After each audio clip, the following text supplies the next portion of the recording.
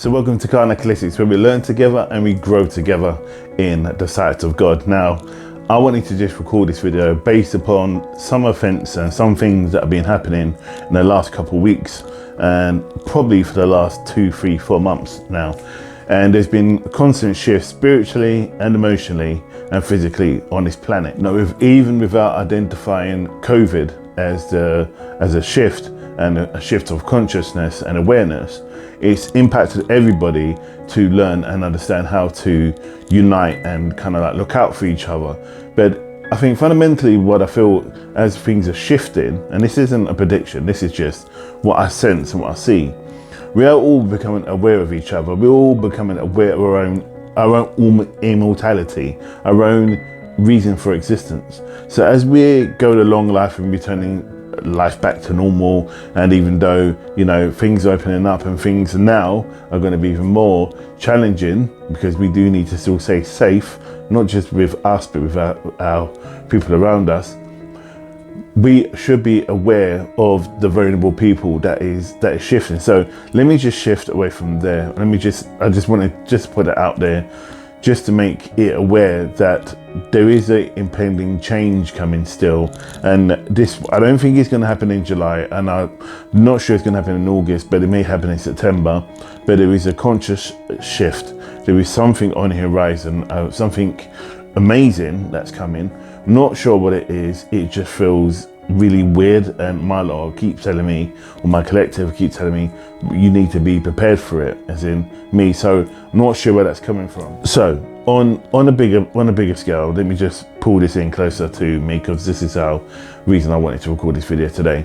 I've been going through a lot of ups and downs and mood swings, and becoming very angry and very not in control of my emotions into a degree, let alone my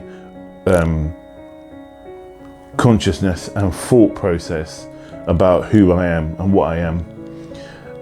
There has been a lot of soul searching and a lot of challenges around me, and there's been a lot of understanding of who and what I'm about, to who I am, learning about my own immortality. And this is reflective of my weight. I keep going up and down, as you've probably seen in my videos, and I've spoken about this before. And a lot with me is I've spoken to other people as well who struggle with the same kind of emotional eating to a degree, is that we are pulled into this feeling, or this kind of like prison, that we feel we need to eat to supply our emotions, the energy, when really the energy comes from elsewhere, as we all know. But for me, it draws into a deeper unconsciousness, that how I'm feeling when it comes to my source of being. Now, I'm not giving everything away. It's not that I'm saying this, and it's not something that's out there already. It is out there already. But what I'm aware of is the blockage. The blockage that I'm aware that there is a personal shift coming, or a personal challenge coming. And because I know that my training stops, my motivation stops, and then kind of like aggression and self-love kind of goes out the window. And I try to put it in to, you know, focus upon the grandchildren, and, you know, just had a newborn grandson, Jace, so I'm kind of really happy about that. So it's about pulling all this in and really having that driving force, and not being ashamed to speak about things that are really dear to me. Because I know in some of my videos I have turned around and spoken in the past about my own inadequacy, I think is the word, my own not being able to own it because of what my past was about. And being the youngest of 5 in a West Indian family, and anyone who's West Indian, or even in an Indian family, could understand and identify the kind of pressures that comes under. and sometimes there's lots of double standards and not real guidance to a degree. But you have to self-navigate your way forward, and then when you don't make it right is the element of like, well, you should have known, or if you do make it right, then they're proud and you're a member of the family type of thing. And I saw this recently with obviously the stuff's happening with the football, and I'm not going to go down that line because, you know, to be honest, it's like, that's another kettle of fish. But what I'm trying to identify, what I'm trying to say, I'm trying to put out there now, is I'm hoping that me saying what I'm saying is that other people who are at this crossroads in their life, and it feels like you're in two dimensions, or you're in a dimension where you've got reality and future, but you're in the middle of both of them. And you go back to reality, as in Earth, and then you look at future, and it becomes a bit unsure. And it's not unsure where you don't know what's happening, it's more of unsure that you know it's not here yet, but there's a realness because there's an emotion that's attached to it. And you try to cling on to all the kind of emotional and realism about this life or past life, this life, kind of going into, so you can kind of keep safe when you go into the next part. And I'm not talking about death or anything like that. I'm talking about being awakened to a degree, or transfer. You can call it a spiritual shift. It's up to you whatever you want to call it. The hero's journey, I spoke about it. So if you have a look on my channel, I speak about the hero's journey and the journey that we go on. And this is a constant journey that we keep going. It's a constant cycle.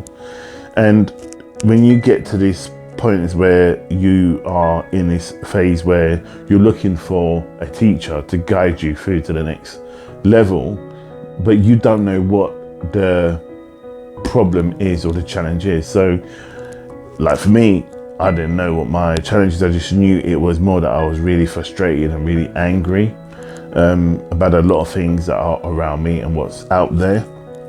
So I just,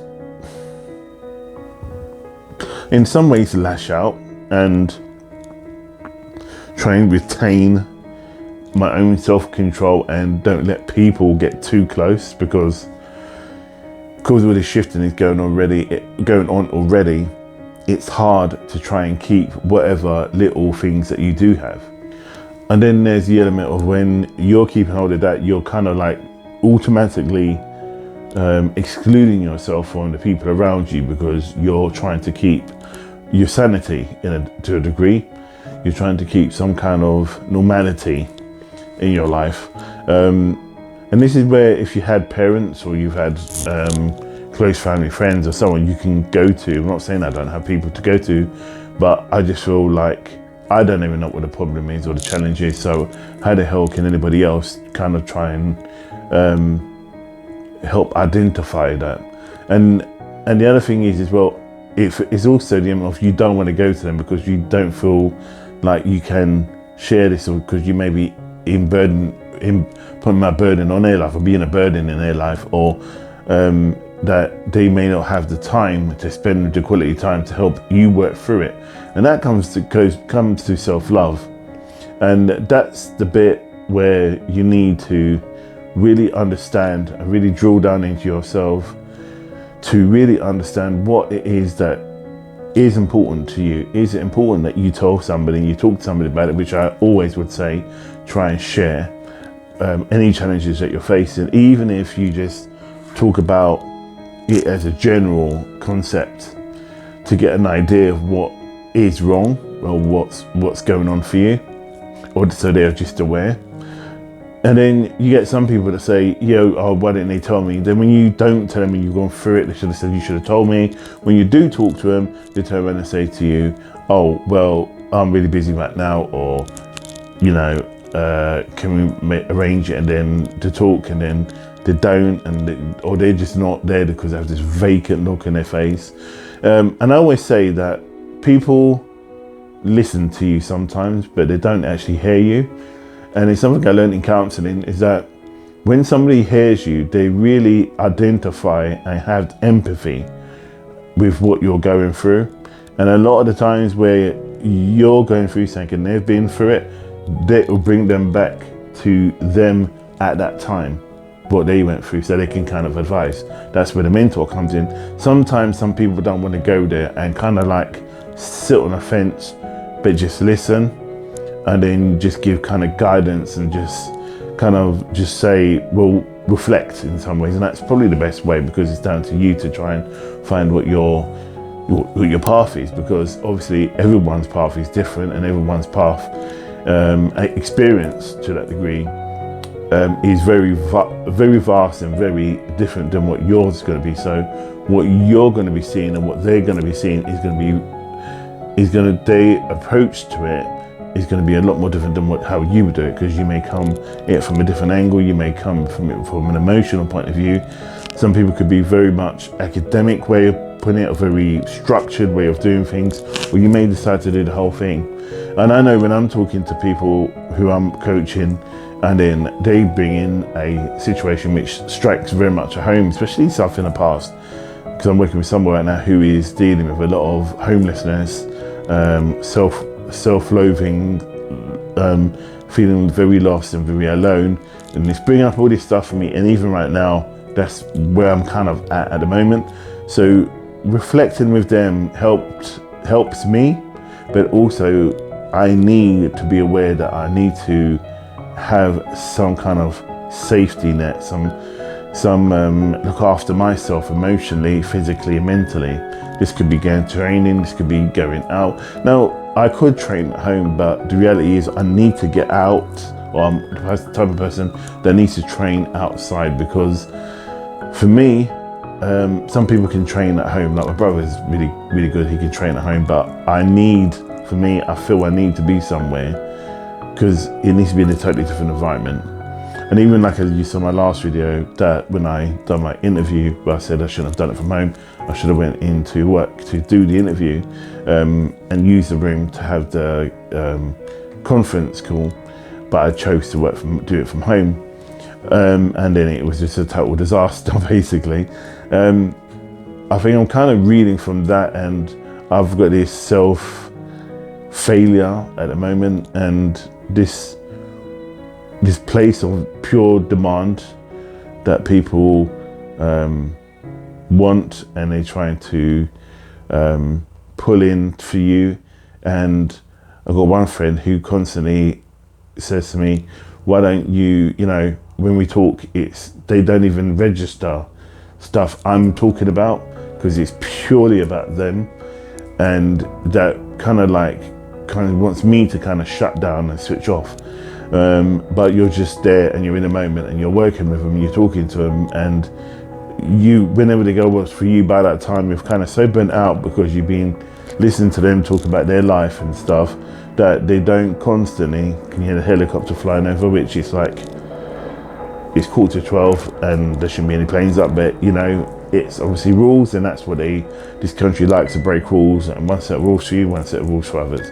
But anyway, so yeah, they like to keep, so when they've shared their stuff, and because you're so burnt out, and being for them, being at that moment with them, when it's your time to have your space, you're feeling so drained that you can't. So, and this is what it's been like for a while, and I've beginning to start looking myself away from people, not really communicating with people, only through work, that I'm starting to communicate. So socially, I'm not beginning that. So lockdown's been pretty good for me, especially recently, when everything's opening up. I want to be out there, but I don't want to be out there, if that makes any sense. But I'm forcing myself to go, and when I'm there, I'm kind of okay. So I'm just taking a couple of days out to kind of review my life, really, really think about where I'm at the moment, and then drive myself forward in that sense. But but I just wanted to just say, when you're going through this journey and this traveling, and you're feeling kind of stuck, and you feel that no one's there, no one's listening, you know what? You will find somebody. Just talk to somebody. Don't try and control it yourself. And it's okay to not be okay. And I say this over and over again. The other thing is, well, don't go through it, grow through it. It sounds like I'm doing a whole lot of motivational talks, but it's not that. So it's kind of thing what has helped me through this stuff. So I'm going to end it there. It was just self-reflection, and I just want you guys to just stay safe, especially with obviously lockdown lifting. It is a massive shift, culturally, socially, emotionally. You know, one minute you can't go anywhere and you can be fined a lot of money, to now you can go and socialise, you know, and now you can go and socialise without a mask soon. It is a big shift when we've done it for like the last 18 months. So remember, stay safe, keep yourself safe no matter what you do, and I'll see you in my next video. Namaste.